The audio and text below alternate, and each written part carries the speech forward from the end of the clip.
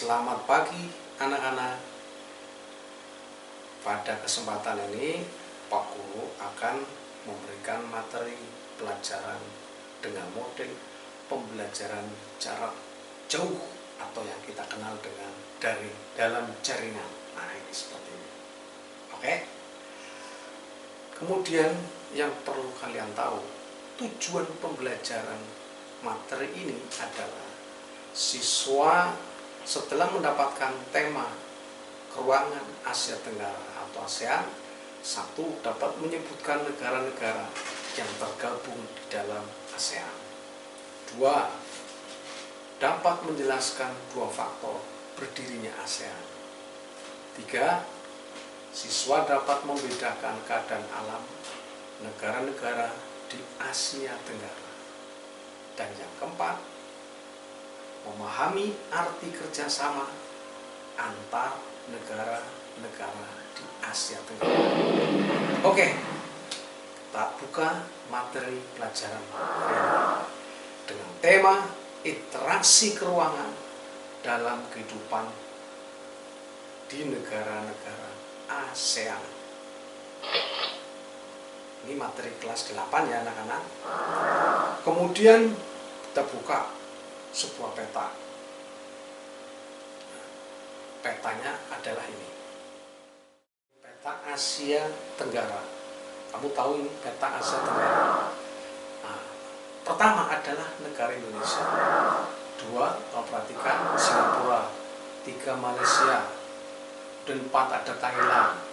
Lima, Filipina. Kemudian selanjutnya ada negara apa saja lagi itu, Vietnam, kemudian Myanmar, kemudian negara Laos, selanjutnya Kamboja, dan yang terakhir adalah Timor Leste ya, di bawah ini. Ya. Dan ibu kota negara Indonesia di mana anak-anak? Ya itu pasti kamu tahu, ada di Jakarta. Nah, kemudian ibu kota dari Thailand pasti Bangkok, ya kota Bangkok. Selanjutnya ada di mana ini? Pasti Kuala Lumpur, negara Malaysia, ibu kota negara Malaysia. Terus Filipina di mana? Di Manila, kota Manila. Kemudian Singapura, tetap di kota Singapura. Kemudian Brunei Darussalam di kota Bandar Seri Begawan, ya, Bandar Seri Begawan. Kemudian ada lagi negara yang berkota di Myanmar, itu di Naypyidaw anak-anak. Kemudian apalagi di mana ini? Vietnam, di kota Ho Chi Minh City. Lalu dulu di Hanoi anak-anak, tapi sekarang di Ho Chi Minh City. Selanjutnya di negara mana lagi ya anak-anak? Yaitu di negara Kamboja, ibu kota di mana? Vientiane. Laos, ibu kota di mana? Vientiane. Kalau tadi Kamboja, Phnom Penh ya anak-anak, lupa. Selanjutnya Timor Leste di kota Dili. Dan negara ini adalah negara pisahan dari negara Indonesia. Nah, tahun 98 memisahkan diri menjadi sebuah negara yang berdaulat. Oke. Kemudian anak-anak kita buka layar berikutnya. Di Asia Tenggara ini dikelilingi oleh beberapa lautan. Ada dua samudera besar yang mengapit, yaitu Samudra Pasifik yang di atas sebelah utara, dan sebelah selatan ada Samudra Hindia. Dan lautnya ya, di Laut Cina Selatan ini dulu beberapa kali terjadi konflik di antara negara-negara Asia Tenggara. Ini Laut Cina Selatan ya. Kemudian selain Laut Cina Selatan ada laut mana? Laut Andaman. Kemudian ada Laut Jawa di antara Pulau Kalimantan dan Jawa. Kemudian ada Laut Banda, Laut Arafuru, dan laut yang lain. Oke, kita buka lagi. Gambaran umum Asia Tenggara. Kok bisa baca ini atau bisa dengarkan Pak Guru? Asia Tenggara itu adalah sebuah kawasan di benua Asia. Bagian tenggara kawasan ini mencakup Indochina dan Semenanjung Malaya. Secara umum dibagi menjadi dua. Satu wilayah daratan, satu wilayah maritim. Nah, wilayah daratan atau dikenal dengan ATD diantaranya adalah Kamboja, Laos, kemudian Myanmar, dan negara Vietnam atau kita kenal dengan Indochina. Selanjutnya ini ada negara-negara maritim seperti Indonesia, Malaysia, yang Timor Leste dan sebagainya. Kemudian adalah letak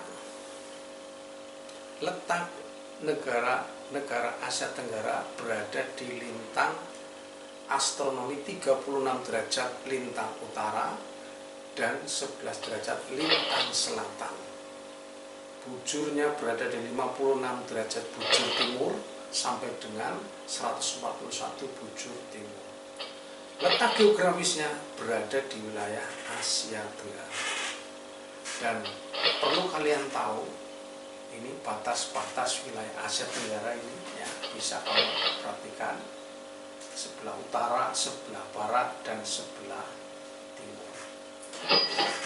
Selanjutnya letak geologis ini yang menyebabkan wilayah Asia Tenggara rawan gempa ini karena peristiwa ini atau karena ada faktor pertemuan lempeng-lempeng geologi di dunia ini di Asia Tenggara, sehingga banyak terdapat gunung berapi, anak-anak. Perhatikan ini ya, peta astronomi ya, peta astronomi di atas lintang utara 36 ini anak-anak ya, 36.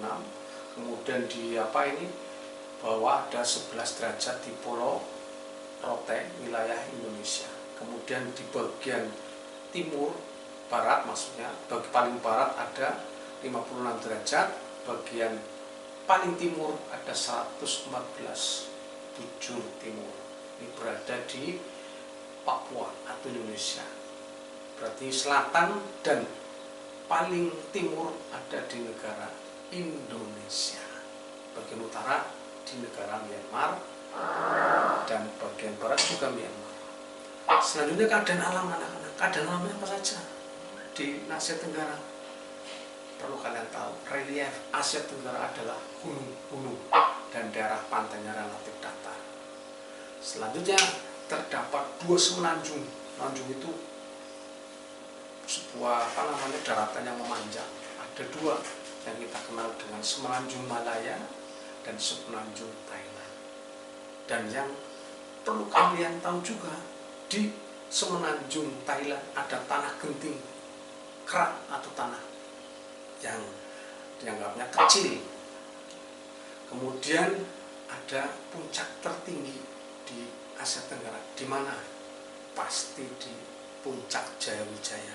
Di mana itu? Ayo, pasti di Papua, Indonesia. Dan gunung tertinggi ada di Malaysia. Namanya Gunung Kinabalu, 4101 meter di Sabah. Kondisi iklimnya jelas bervariasi dari mulai tropis sampai dengan sebagian kecil subtropis. Dan kondisi flora dan fauna pun sangat beragam. Seperti di Thailand ada gajah putih, Indonesia dengan orangutannya. Oke, kita buka. Sementara keadaan penduduk Asia Tenggara yang perlu kamu tahu, mayoritas adalah dari ras Mongoloid. Ya, ras Mongoloid, agama yang dianut pun multi kompleks, banyak sekali. Kamu bisa melihat bahwa agama yang dianut penduduk Asia Tenggara adalah beragam. Buddha merupakan agama resmi di negara-negara Indochina atau Asia Dataran.